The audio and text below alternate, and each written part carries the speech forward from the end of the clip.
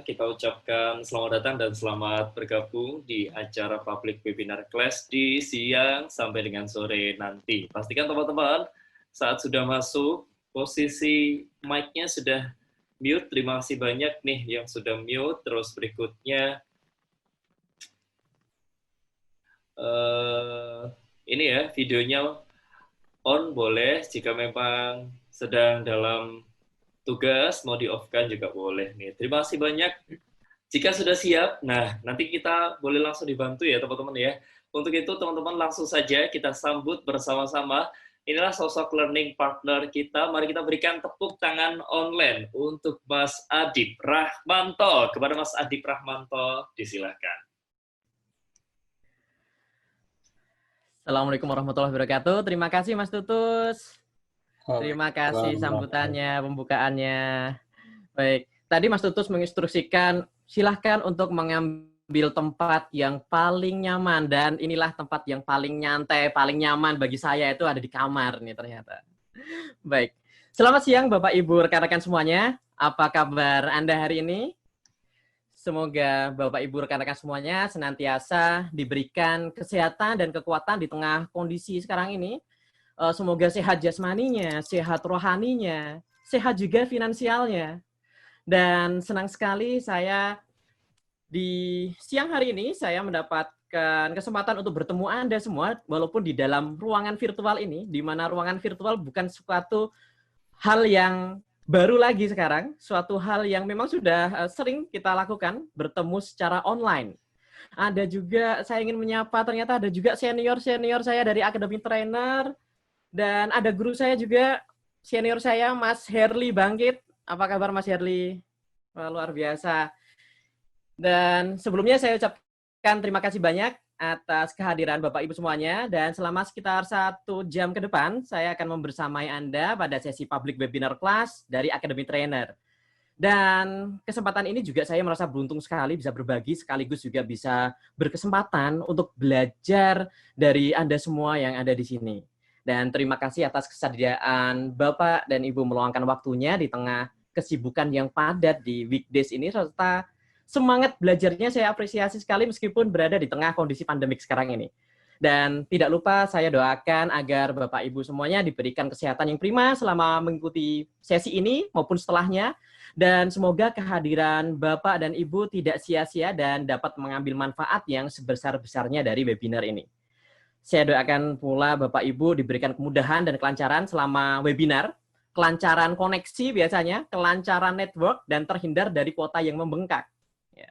Serta semua yang hadir di sini agar diberikan keberkahan dan selalu dalam lindungan Allah Subhanahu wa Ta'ala. Ya. Izinkan sebelumnya saya memperkenalkan diri dulu. Nama saya Adip Rahmanto, dan agar lebih akrab, panggil saja saya Adip. Ada yang bilang mirip Ari Lasso, ada yang bilang mirip Kak Seto, ada juga yang bilang mirip Ahmad Zakinya Bukalapak. But well, entah mana yang betul. Namun ya yang di kamera inilah penampakan saya yang saat ini rambutnya mulai memanjang karena belum berkesempatan untuk keluar untuk pangkas rambut. Dan aktivitas saya adalah seorang founder dari Aldra Integra Inovasi, sebuah perusahaan consulting yang bergerak di bidang consulting and digital development, terutama di data analysis, data science, dan artificial intelligence.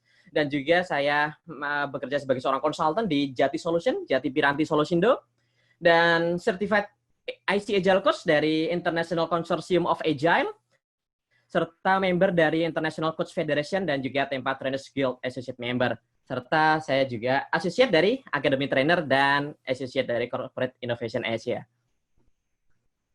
Baik, di sesi ini saya akan sharing tentang kolaborasi, tentang teamwork, tentang problem solving, baik yang terjadi di kondisi offline maupun yang di kondisi seperti saat ini, di mana mayoritas kita bekerja secara remote ataupun online atau secara virtual.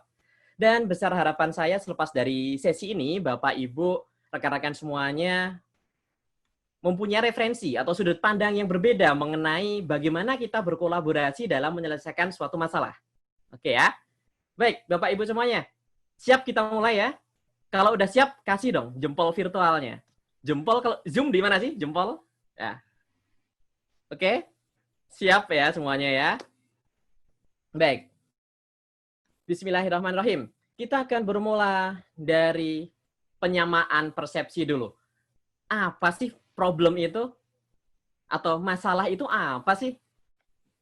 Ya, problem itu masalah, dan masalah itu problem. Well, so kedua hal itu apa?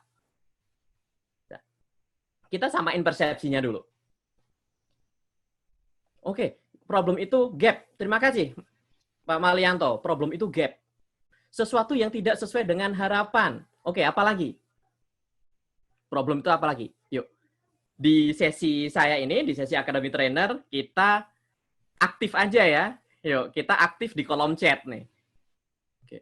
Apa aja? Suatu masalah atau problem, suatu yang nggak sesuai dengan harapan. Ada gap, ada kesenjangan di situ. Kesenjangan gap antara harapan dengan realita, ketidaksesuaian antara harapan dengan kenyataan. Yes, exactly. Betul. Problem itu adalah suatu hal yang tidak diharapkan, unexpected, tidak sesuai dengan harapan, tidak sesuai dengan realita, nggak sesuai dengan kenyataan, sesuatu yang kita nggak harapin tuh. Kita nggak harapin terjadi. Dan juga sesuatu itu harus perlu kita selesaikan. Kalau kita ketemu suatu masalah unexpected, tapi ya ada opsi untuk kita tinggalin, opsi untuk kita nggak selesaikan, kalau menurut saya pribadi, itu bukan suatu masalah yang perlu untuk diselesaikan, atau bukan ya bisa dianggap angin lalu lah gitu ya. Jadi ada dua parameter, suatu gap, suatu yang nggak diinginkan, suatu kesenjangan perbedaan antara harapan dengan kenyataan, perbedaan antara kondisi realita dengan yang diharapkan nantinya. Dan hal itu perlu kita solve, kita perlu selesaikan. So, biasanya nih kalau kita bekerja dalam sebuah tim, bekerja di kantor, kalau ketemu suatu masalah, hal apa sih yang dilakukan pertama kali? Nah, biasanya nih, dan mayoritas dari yang saya survei itu jawabannya adalah meeting. Nah, selalu ada meeting dari setiap problem yang dihadapi. Dan as a teamwork nih ya, suka nggak suka, teamwork itu adalah bagian yang paling esensial dalam setiap pekerjaan, apapun pekerjaan kita. Dan apakah kita sebagai anggota timnya atau kita sebagai atasannya. So, dan tidak dipungkiri juga teamwork ini akan selalu ada, suka nggak suka.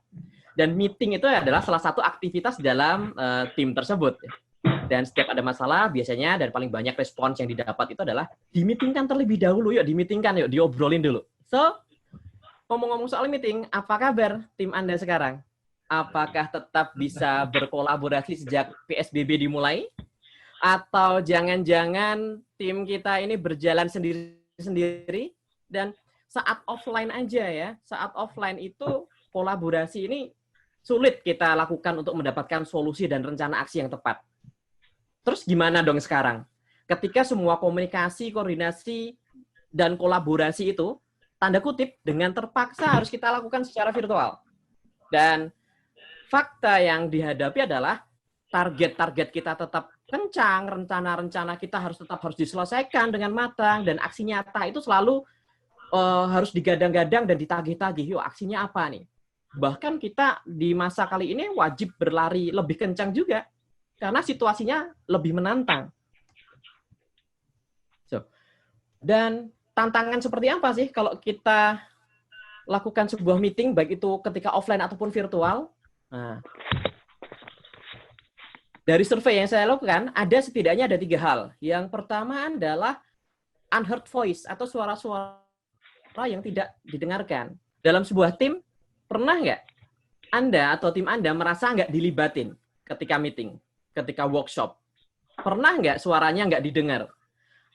Dan merasa mereka yang mempunyai kemampuan berbicara lebih, berbicara dengan lantang, punya posisi, itulah mereka yang biasanya berpotensi suara-suaranya didengar, berpotensi ide-idenya diterima. Padahal nih ya, bisa jadi ide-ide itu, ide-ide terbaik itu ada di dalam kepala mereka-mereka yang tidak bersuara. Situasi ini juga menantang. Dan problem yang dihadapi pun juga banyak sekali meeting yang dilakukan, dan sesungguhnya kita juga sering merasa kok buang-buang waktu ya kayaknya, kayaknya mengulang masalah-masalah yang tanpa solusi, tanpa rencana aksi yang jelas dan nyata, dan lebih dari sekedar itu, membiarkan atau mendiamkan tim itu yang tidak berbicara, padahal solusinya itu jelas, bisa jadi ada di kepala mereka. Yang kedua, end up being big and messy. Artinya, pernah nggak gini? Anda berada pada situasi meeting yang berakhir pada keadaan yang di luar harapan. Topiknya melebar, terus kemudian nggak ada keputusan yang diambil. Sementara tim ini kita perlu fokus dan kejar untuk mengambil keputusan. Hal ini tuh meeting tuh melelahkan. Apalagi biasanya nih udah meeting, hasilnya kemana-mana, hasil dari meeting itu apa? Hasil dari meeting itu adalah meeting yang lain. Habis dari meeting satu, yaudah kita bahas lagi di meeting berikutnya. Atau kita adain meeting lagi. Dan kebanyakan meeting memang menciptakan another meeting. Dan jika saat offline working aja keadaan itu bisa membuat anggota tim kita saling bersih tegang, saling nggak semangat, males-malesan. Gimana kalau kondisinya sekarang kita itu dalam kondisi virtual team working. So, mudah-mudahan kebayang di situasinya. Dan ini juga beberapa kali situasi yang pernah saya alami juga, baik di kondisi offline ataupun kondisi online. Terus, gimana sih? Apa yang terjadi dengan masalah yang kita hadapi kalau ternyata ada ide-ide atau solusi yang tidak terdengar? Kemudian meetingnya berakhir entah kemana keputusannya nggak jelas dan juga menghasilkan meeting yang lain. Dan kita simak dulu. Ada cuplikan video yang menurut saya ini menarik tentang bagaimana masalah itu dan dianalogikan dengan video ini.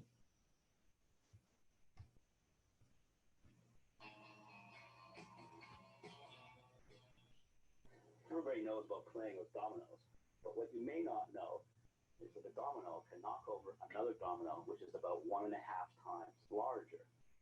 What I have here is a chain of dominoes. Each one is 1.5 times larger than the previous one. And the smallest domino is about 5 millimeters high and 1 millimeter thick. And I will carefully place it.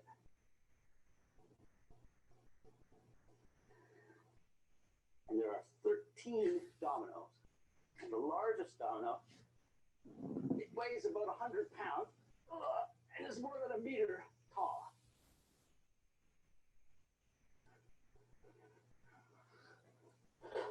Ready?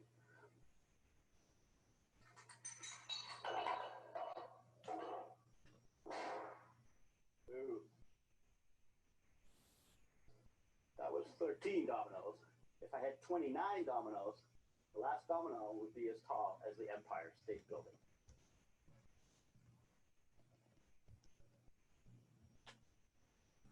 Oke.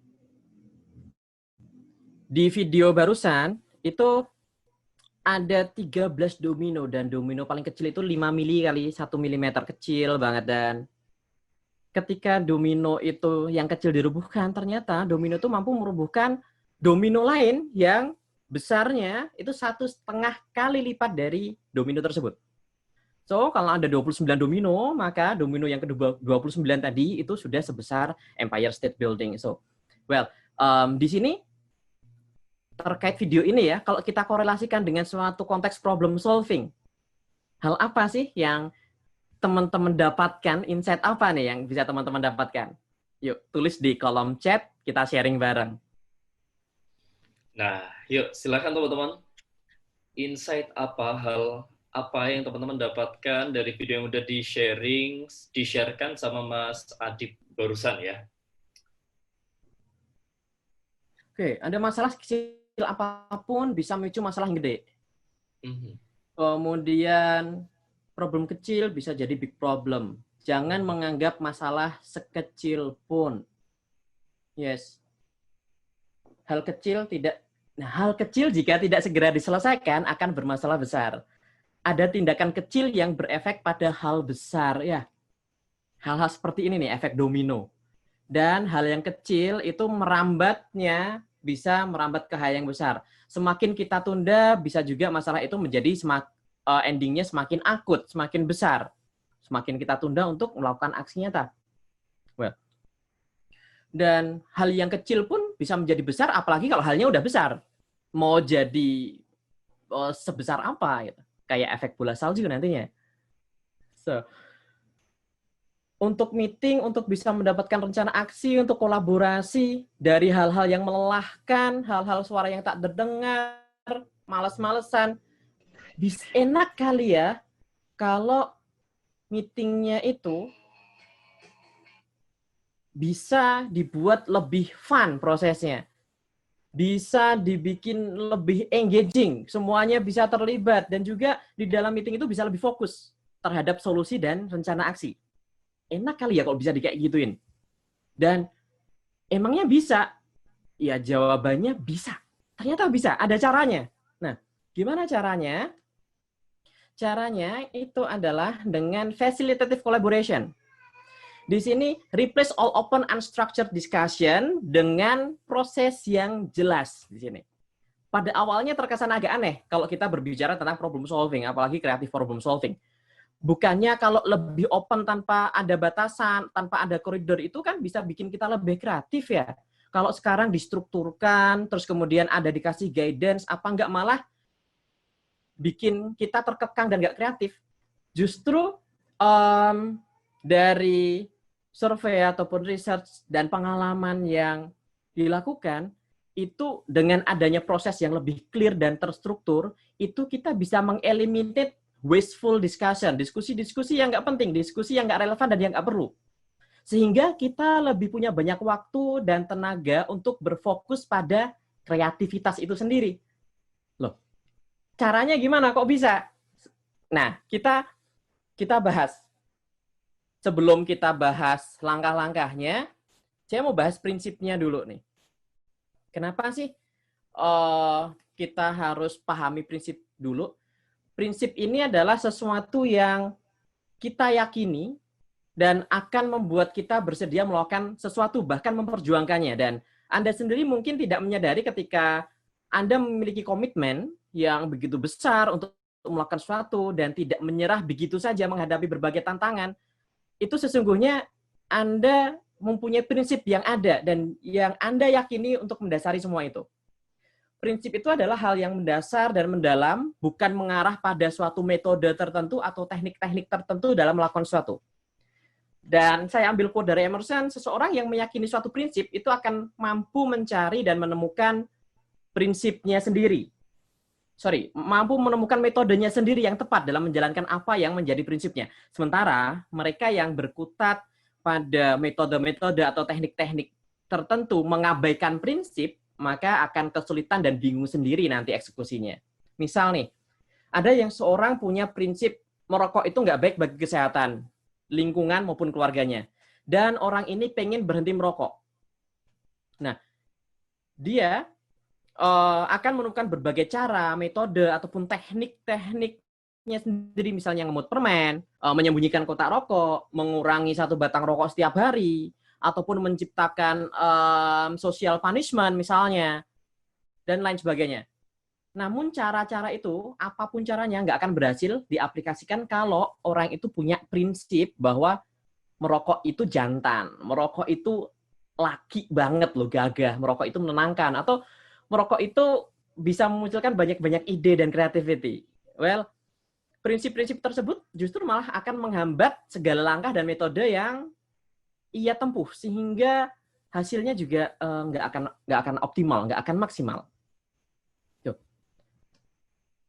Prinsip itu ibarat sebuah akar pohon atau pondasi sebuah bangunan, di mana pohon hanya akan tumbuh menjulang tinggi ketika akarnya sudah menghujam dalam ke tanah.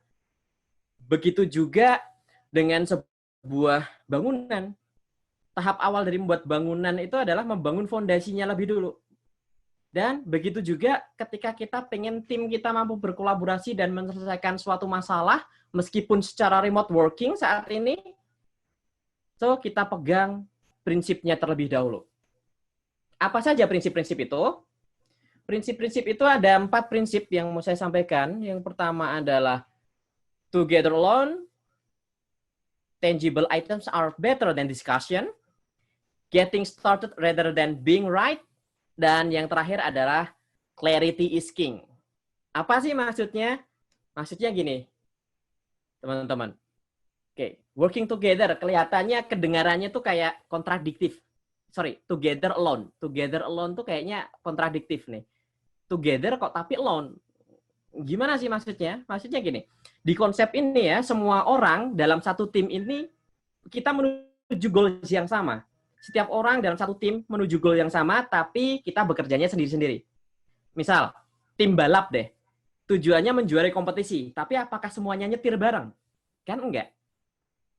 Tim bola ingin memenangkan pertandingan, tapi apakah semuanya jadi penyerang? Apakah semuanya jadi kiper? Kan enggak. Mereka punya perannya sendiri-sendiri. Jadi, di sini working together, tapi alone. Kalau kondisi pandemik ini, alone-nya bakal lebih berasa lagi nih, alone beneran. Dan together alone itu diwujudkan dalam hal seperti apa sih? Kalau kita dalam teamwork, itu kita minimize discussion, bukan tanpa diskusi sama sekali, namun kita removing bias-bias yang ada selama diskusi. Yang kemudian kita working alone, kemudian kita nanti akan konsolidasikan bersama. Seringkali banyak partisipan yang mengemukakan pendapatnya, kemudian arguing in the same time, banyak ngomong, dan hal itu akan menjadi sesuatu yang nggak efektif. So, kita akan mulai dengan together alone. Kita bekerja sendiri dulu, fokus, kemudian consolidate kan. Together, bersama-sama untuk meraih satu tujuan bareng-bareng. Dan yang kedua, tangible items are better than discussion. Maksudnya gini, ada sesuatu yang bisa kita show, ada sesuatu yang bisa kita ungkapkan atau kita visualisasikan. Kita bisa pakai post-it, kita bisa pakai marker, pakai flip chart, pakai apapun. Jadi nggak cuma ngobrol diskusi, cuma verbal doang. Dari Dr. Albert Mehrabian, ada 3V. 3V, verbal, vokal, and visual. Verbal itu, voice itu words itu verbal berdampak 7%, dan vokal, suara itu punya dampak penyampaian pesan itu 38%, dan yang paling banyak punya dampak dalam penyampaian pesan itu 55% ada di visualnya. Dan hal ini mampu membantu lebih memperjelas dan menyamakan persepsi dan interpretasi atas apa yang didiskusikan. Sehingga tidak menimbulkan asumsi-asumsi di kepala masing-masing team member. Tadi prinsip kedua dan prinsip ketiga, getting started rather than being right. Nah, mulai aja dulu. Keburu momentumnya hilang nanti. Mulai aja dulu. Kalau kita nunggu semua data komplit, kita nunggu semua analisa komplit, yang kelamaan, nggak maju-maju. Keburu opportunity-nya misalnya diambil orang, kalau kita berbicara opportunity, atau kalau kita berbicara problem solving, keburu problemnya menjadi bertambah akut. Contoh gini, kalau ada pasien datang, ya dokter pasti akan menyembuhkan hal-hal yang emang kelihatan dulu, sembari dia akan cari root cause-nya. Terus pemadam kebakaran, yang dipadamkan kan apinya dulu. Yang dikelarin itu api yang membara, yang membakar dulu. Tapi kalau untuk root cause-nya kenapa, itu nanti. Karena kita bisa langsung sambil jalan. Kalau kita harus nyari root cause-nya dulu, ngebiarin apinya kan nggak mungkin juga gitu. So, nanti perkara apakah ada asumsi di situ, ada hipotesa atau ada analisa yang kurang sempurna, nggak apa-apa. Later on kita bisa verify lagi. Later on kita bisa beriterat lagi, menjalankan proses yang iteratif untuk memperbaiki lagi, untuk memberikan value yang lebih incremental lagi. Menjalankan prosesnya secara iteratif dan memberikan value secara incremental. Jadi nggak saklek nunggu semuanya komplit, kemudian bekerja menuju solusinya. Zaman sekarang, zaman semuanya serba ambigu, serba rapuh, serba uncertainty, itu nggak akan kejadian kalau kita harus nunggunya semuanya lengkap. Keburu masalahnya ganti lagi dengan sesuatu yang lebih urgent, keburu ganti lagi dengan sesuatu yang lebih penting, dan mungkin masalahnya menjadi besar, kayak yang efek domino tadi. Dan dengan iteratif itu kita along the way kita akan mampu memvalidate step-stepnya dan melihat dampak yang diberikan, apakah worth solving kah, apakah layak untuk kita lanjutkan apa enggak. Dan kadang juga mungkin kita bingung harus mulai dari mana. So, kita as a leader, as a facilitator, as a moderator, kita yang akan membantu mereka menjalani prosesnya, menstrukturkan prosesnya, memudahkan prosesnya, sehingga tim member kita ini mampu berangkat dari fokus isu, concern, masalahnya menuju solusi yang benar-benar nanti mampu menjawab masalah tersebut. Dan prinsip yang terakhir itu adalah clarity is king. Seringkali banyak meeting end up being big, banyak meeting yang nggak ketemu solusinya, nggak ketemu keputusannya, malah membahas hal-hal yang lain yang mungkin nggak relevan karena nggak adanya agenda, nggak adanya objektif atau goals yang ingin dicapai, nggak tahu nih siapa aja yang mesti dilibatin, dan kemudian tidak ada orang yang mampu mengarahkan tim, termasuk di sini role-nya sebagai apa, ada aturan apa di dalam proses ini, termasuk timingnya juga. So, support apa yang diperlukan untuk kita melakukan problem solving, semua itu perlu diperjelas. Dan tanpa ini itu bagaikan kita melakukan perjalanan tanpa tujuan. So, nggak tahu kita mau berjalan ke utara, selatan, timur, barat, kemana gitu. Kalau di salah satu serial Alice gitu, Alice in the Wonderland, kayaknya lama banget ya serialnya ya. Itu serial sebelum saya lahir ya. Ini disclaimer. Oke. Di Alice in Wonderland itu, saat itu Alice bertanya, oke, saya harus pergi kemana nih? Kemudian dijawablah sama orang yang tanyain, well, it depends, tujuan kamu mau kemana? Saya nggak tahu, saya nggak punya tujuan. Ya kalau kamu nggak punya tujuan, terserah mau ke arah manapun juga nggak jadi masalah. Nah, ini makanya clarity is king, termasuk juga agenda di situ perlu. Nah, dalam prinsip-prinsip ini akan saya wujudkan dalam sebuah langkah, dan langkah ini saya menggunakan approach double diamond. Nah, double diamond, ada problemnya, ada solutionnya, ada divergent, ada convergent. Apa sih ini maksudnya? Nah, divergent, convergent, ini berasal dari bahasa Jawa sebenarnya. Divergent itu disebar, convergent itu ngumpul. So, ini sebenarnya dari bahasa Jawa. Jadi kalau di problem itu divergent. Gimana sih? Kita cari sebanyak mungkin masalah yang dihadapi. Kita capture semuanya. Kemudian convergent, ngumpul. Dikerucutkan pada satu masalah utama yang paling problematik. Dari situ kita masuk ke ranah solutioning. Divergent lagi, disebar lagi. Kita dapatkan ide sebanyak-banyaknya, kemudian dari banyak-banyaknya ide itu convergent lagi, dikerucutkan lagi, memilih ide yang paling visible, yang paling tepat untuk menyelesaikan masalah yang dihadapi, yang sudah dipilih tadi di step sebelumnya. Dan konsep double diamond ini saya aplikasikan dan bisa kita aplikasikan bersama menggunakan melalui 3 langkah kunci yang bisa kita lakukan nantinya. Apa saja langkah-langkah kunci itu? Yang pertama adalah find the right problem to solve. Dan yang kedua, generate ideas and solutions for a challenge. Serta yang ketiga, make decisions fast and turn ideas into action. Ya. Yuk, kita bahas satu-satu langkah di sini. Find the right problem to solve. Ya. Former Apple engineer Dave Evans pernah mengatakan, before you do problem solving, you have to do problem finding. You have to ask, what's the right things to be working on? Jadi, ya wajar lah, namanya juga problem solving. Kalau nggak ada problemnya, terus apa yang mau kita solve gitu? Ya, kalau kita mau problem solving, ya harus ada problemnya dulu, dan problem itu apa sih?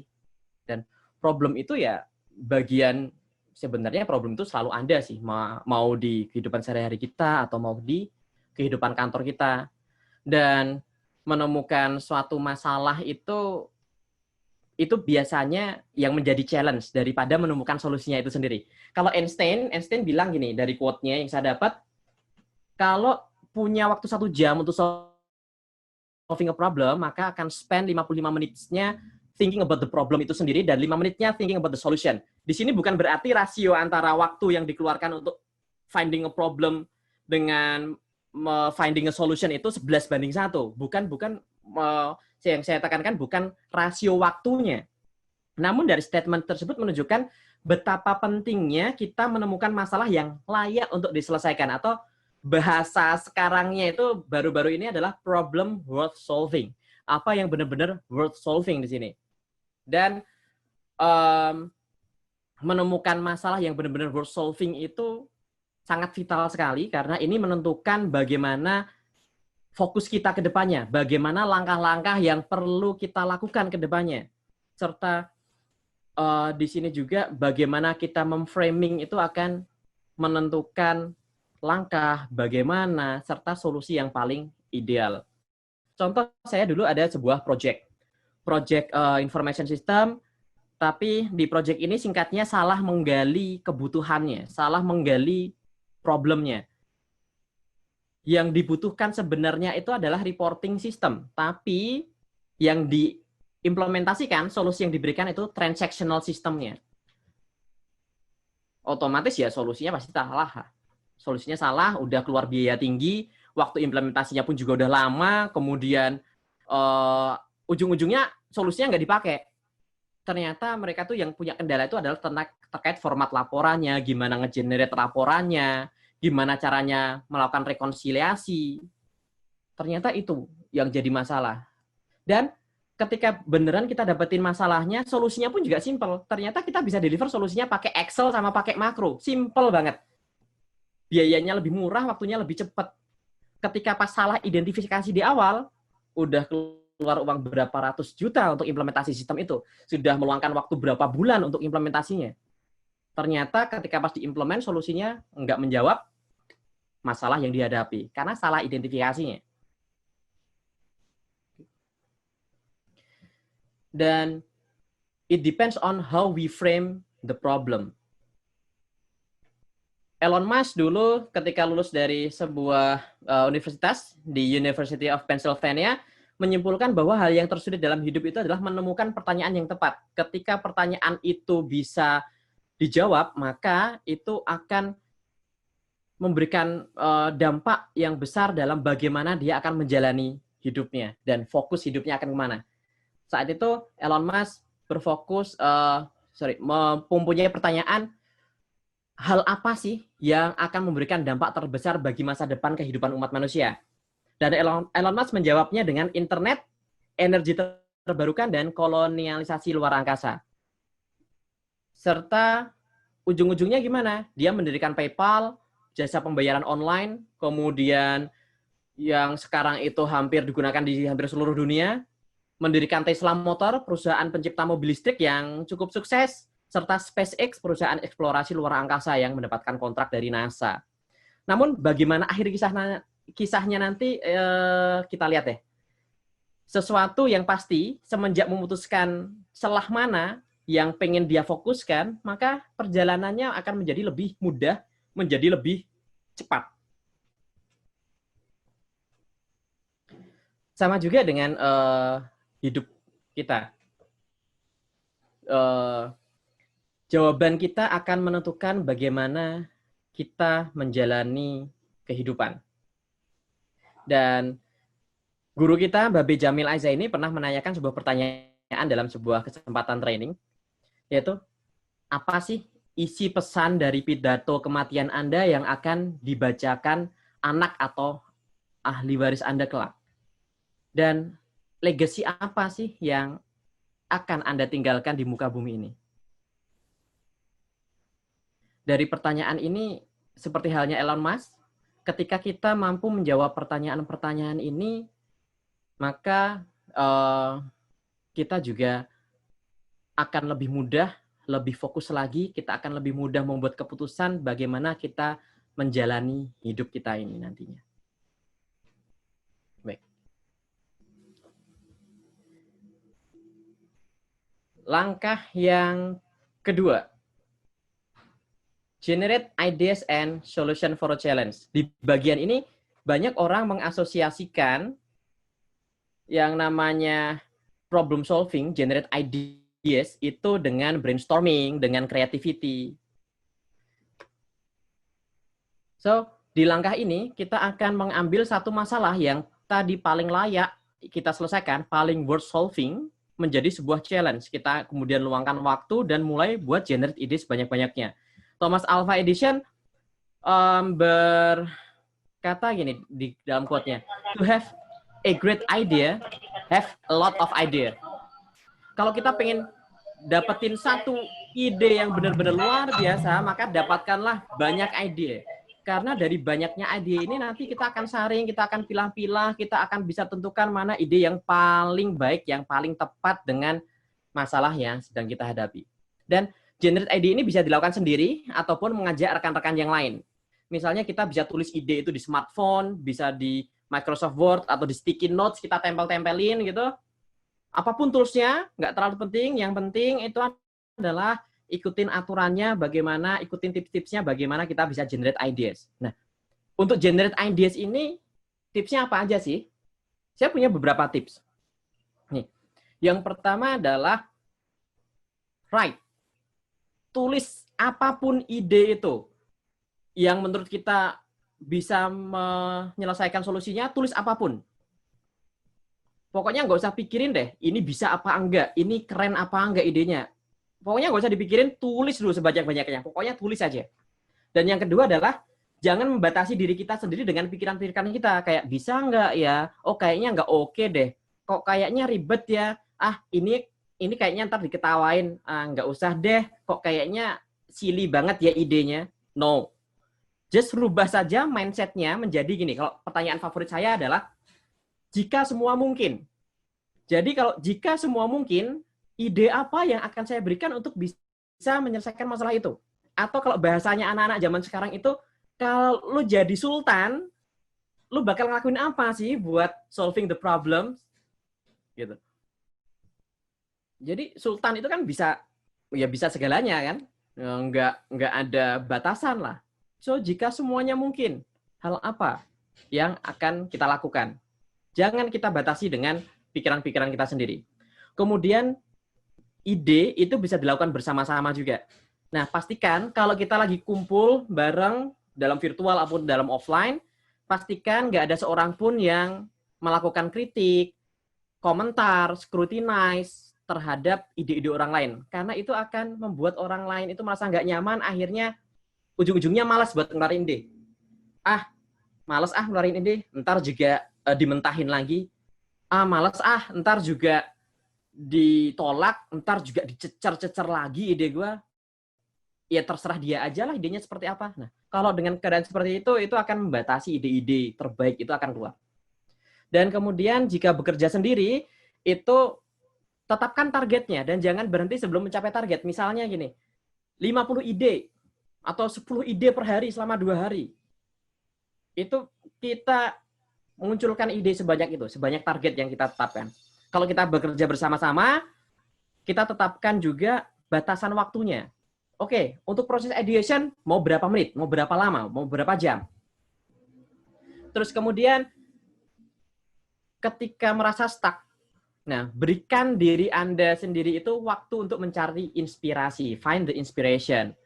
Idea generation itu nggak harus dilakukan di meja kerja kok, nggak harus dilakukan di depan layar di depan layar komputer, kok layar kacamata sih kira-kira pakai kacamata nih. Oke, bisa sambil trip kita bisa sambil jalan-jalan, bisa sambil nonton bioskop, bisa ya kalau yang suka mager sih ya bisa sambil browsing-browsing di internet, itu pun juga nanti ide itu juga bisa muncul sendiri, ada inspirasi nanti yang kita dapatkan. Kalau saya sendiri, saya punya kebiasaan yang cukup unik bagi saya. Saya itu suka riding, suka driving. Jadi ketika saya lagi jalan gitu, itu suka kadang langsung terbesit, oh iya nih, harusnya yang tadi itu nggak boleh diginiin. Tadi itu, oh ada cara lain nih. Udah, buru-buru menepi, terus direkam pakai smartphone. Pas jalan lagi, ntar dapat ide lagi, dapat inspirasi lagi. Jadi ketika stuck, lakukan apapun yang bisa menstimulate otak kita untuk memberikan ide-ide yang terbaiknya. Kemudian juga saya tuh punya kebiasaan kalau lagi stuck juga, lagi nggak sempat driving, lagi nggak sempat riding gitu, saya suka mencari tempat-tempat keramaian. Di situ saya merenung, kemudian cari inspirasi. Contoh ya, paling sering itu keluar ke bioskop, di bioskop tapi nggak fokus ke filmnya, di bioskop itu justru malah merenung, oke, untuk masalah itu idenya apa ya? Oh iya, bisa nih diginiin. Oh iya, ada ini lagi, bisa digabungin. Oh ini bisa dimodify. Jadi dari kondisi seperti itu tuh justru malah inspirasi itu muncul. Nah, So, kalau pas PSBB gimana? Saya nggak bisa driving, nggak bisa riding. Ya driving bisa sih, tapi nggak sering-sering. Ke bioskop nggak mungkin, cari tempat keramaian juga nggak mungkin. Kalau saya, pokoknya nggak boleh duduk. Kalau lagi stuck, harus berdiri, paling nggak jalan ke dapur, buka kulkas, atau ngapain, atau sambil masak. Saya suka masak di dapur. Dan di tengah-tengah kegiatan itu pun nanti akan kepikiran, oh iya, ada nih kepikiran ide seperti apa. Nah, di sini nih, kita juga perlu tahu ya, hal-hal apa sih yang bisa men-trigger kita mendapatkan inspirasi atau ide itu. Yuk, boleh dong ditulis inspirasi apa sih atau kondisi seperti apa yang membuat Anda mendapatkan ide-ide dengan mudah mengalirnya. Yuk, boleh dong ditulis di chat, kita sharing bareng nih. Kalau saya tadi tuh driving, riding, terus kemudian nonton bioskop atau nongkrong di tempat keramaian, oh itu malah idenya itu, idenya muncul gitu kan. Ada juga yang habis selesai sholat, berzikir, habis zikir, ya Allah, sholat malam, dapat ide gitu. Ada yang seperti itu. Pas traveling, pas meditasi. Ini kenapa sih kita perlu tahu? Karena ini nanti akan membantu kita pas kita ngerasa stuck. Gitu. Ini juga akan membantu tim kita juga. Yuk, ya udah kita pause dulu setengah jam, 1 jam, kita cari inspirasi. Silahkan. Ada yang browsing, ada yang langsung, misalnya kalau pas lagi pagi-pagi, oh iya langsung duha dulu. Gitu ya. Terus kemudian ada juga yang harus ngopi. Gitu. Silahkan, apapun. Itu akan membantu banget. Dengan kita aware terhadap diri kita sendiri, itu akan membantu banget prosesnya. Ada juga yang sebelum tidur. Dan ya, ini menarik ya. Makasih Mas Saka Dwi Hanggara. Ini menarik sebelum tidur. Dan gini, kalau kita nggak buru-buru ya, kalau kita lagi nggak buru-buru, nggak apa-apa, lanjutin aja esok hari. Ini kalau dalam konteks nggak urgent banget, nggak buru-buru. Oh masih ada waktu, baik, saya akan mulai ideation, tapi izinkan saya untuk lewatin hari dulu. Pengen refresh dulu. Karena apa? Riset mengatakan, saat kita tidur itu, di situ kreativitas kita itu juga bekerja loh. Karena di satu hari penuh kita sudah melakukan ideation, melakukan generate idea, dan melahirkan ide-ide hebat. Dan ini tuh hari ini tuh suatu exercise yang nantinya akan menginspirasi alam bawah sadar kita ketika kita tidur. Pagi harinya fresh, langsung klik, oh iya ada ide apa. Ada yang seperti itu juga. Ada yang mendengarkan musik, apapun itu hal-hal baik, silakan dilakukan gitu, untuk mendapatkan inspirasi dan ide. Nah, langkah ketiga apa sih? Make decision fast and turn ideas into action. Setelah kita keluarin semua ide-ide terbaiknya, kita udah coba kita istirahat dulu sejenak, beberapa menit hingga 1 jam. Kemudian kita review kembali ide-ide tersebut, terus apakah ada yang bisa digabung, apakah ada yang bisa dibuat cluster, dan sebagainya. Dari ide-ide yang terkumpul itu, baik secara individual ataupun secara kolektif, kita bekerja dalam satu tim, kita tentukan kriteria juga, yang nantinya kriteria ini akan kita gunakan untuk memilih satu ide terbaik yang mampu menjawab masalah yang kita hadapi di sini nantinya. Nah, tergantung juga ya, jenis masalahnya dan kompleksitasnya juga. Ada yang bisa dengan mudah kita jump into the solution, ada juga yang ide-ide itu perlu kita gali lebih dalam lagi. Misalnya nih, untuk kondisi terkait bisnis, misalnya, kita harus lakukan research-nya dulu. Kita lakukan SWOT analysis-nya dulu, nggak masalah. In essence, intinya, di sini adalah goals Anda dan tim itu mencari solusi terbaik. Dan solusi terbaik bisa saja dalam bentuk gabungan beberapa ide yang ada, dan juga, ataupun satu ide yang memang udah, itu bagus banget. Atau kita bisa gabung dari ide-ide yang lain, jadi satu ide yang baru. Dan perhatikan juga ketika make a decision, perhatikan effort atau tenaga, biaya, waktu yang kita keluarkan untuk menjalankan solusi tersebut. Dan setelah solusi yang terbaik itu kita pilih, saatnya Anda dan tim itu menentukan satu rangkaian aktivitas apa saja yang perlu dilakukan untuk menjalankan solusi tersebut.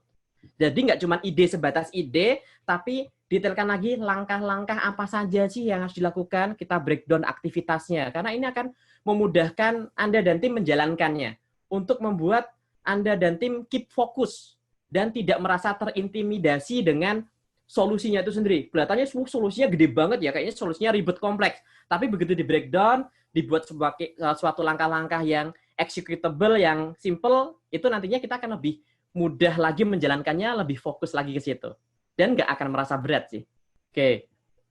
Dan saya juga hal ini teringat oleh pesan guru kita, Babe Jamil. Babe itu punya quote